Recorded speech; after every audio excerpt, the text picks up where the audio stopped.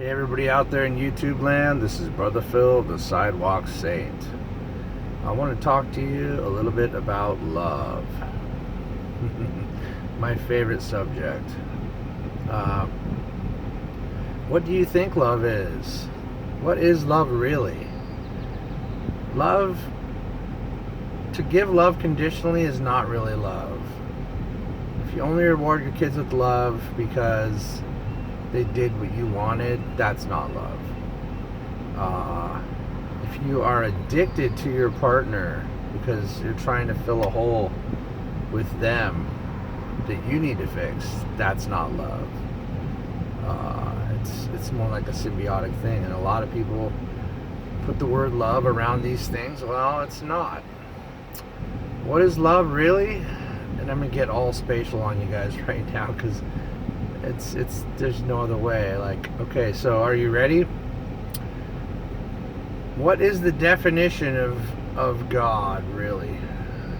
And not the Christian definition. No offense to Christians or Catholic or any. The definition of God, well, it might be actually pretty close, I think, in a lot of different religions. You know what God is? God is love.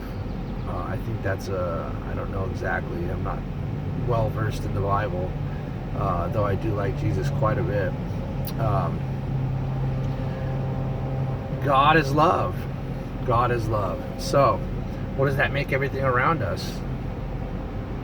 Yeah, you can tell me. Love. Love is the etherical stream of life that we're all floating in. We're all in it. It surrounds us. It binds us together. It makes us want to do nice things through our connection to it. What's another good description? Love is unlimited. There's no stopping it. Now, love can be very well defined by the parent that never gives up on their kid. The parent that believes in their kid no matter what. No matter how much trouble he gets in, no matter what happens, they're still there. That is unconditional love. Now, that's love. And having children is a good way to help us get closer to what love really is. And that's one of the lessons most certainly your kids are trying to teach you if you haven't already learned it. And a lot of people have. Because kids really... You know what you see when you see a child? Why do children make most people just so very happy? They just make you smile and laugh. I can't stop laughing when I see kids. They stare at me everywhere I go. They're just so cute. What you're seeing is a perfect being. There's no chains hung on them yet. They're not enslaved yet by this debt slave system we do live in. They're pure, they're free. And you know what they can see? They can see what you really are. They see through your illusion of you. They see through your tattoos. They see through your special outfit or your leather. They see right through you, and you just smile. You have to. Because it's all just a joke. It's not really you. That's not really you. None of that is.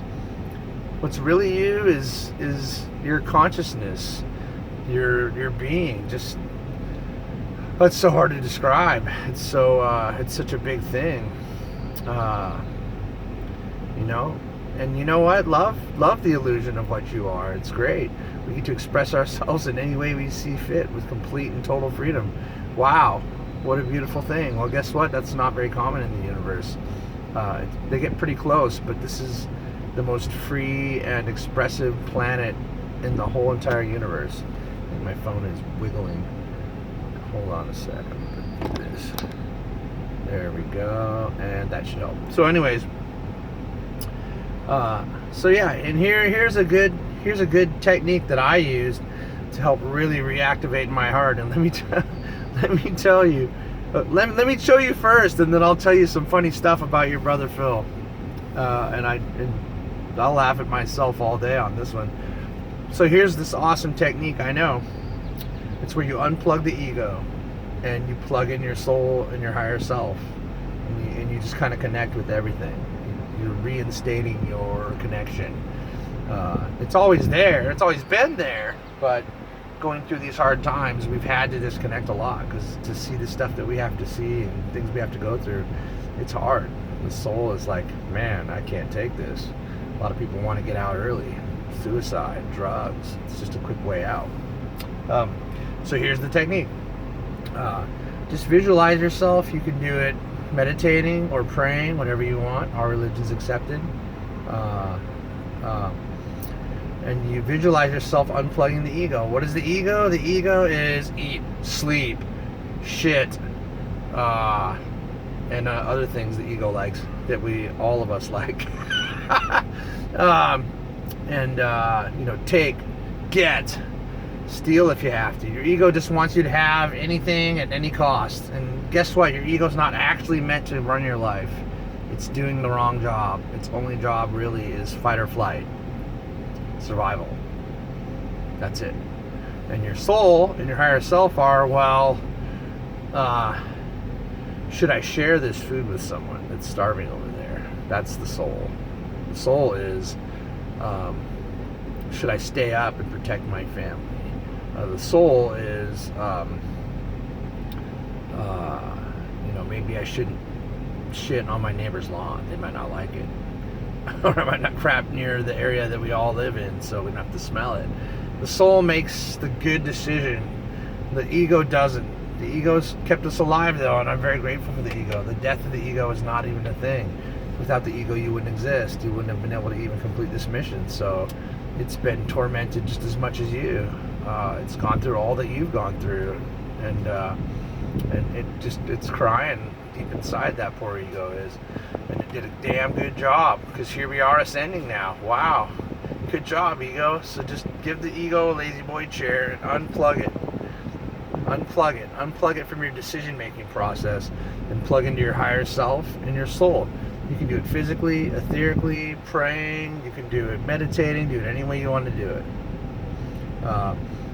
And just see it happening. Believe that it's happening. And I like to say, and so it is. That's a very big, powerful statement, always. And so it is. Or say, I am, and so it is. You can feel that power when Brother Phil's even saying it. So yeah, that's a real thing. And so, let me tell you the results. Let's see, Brother Phil used to watch, like, just, you name it, any number of manly things on TV. And I'm also an avid sportsman. I like extreme sports. I've been doing extreme sports since I was a kid. I was at pro level in some of the sports by the age of, like, 14.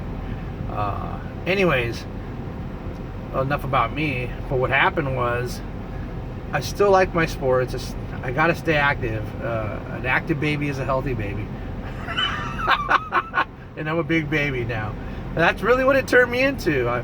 Now I like to watch love stories. I cry when I see beautiful things and expressions of love. And, when you see something where the author really was conscious and showed you a true, beautiful love story, or when they finally kiss.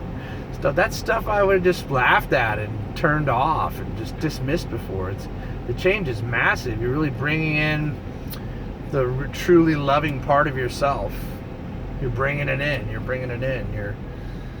You want to balance yourself, so you're bringing in more of the soul aspect, and that's it's actually in many ways a very feminine thing.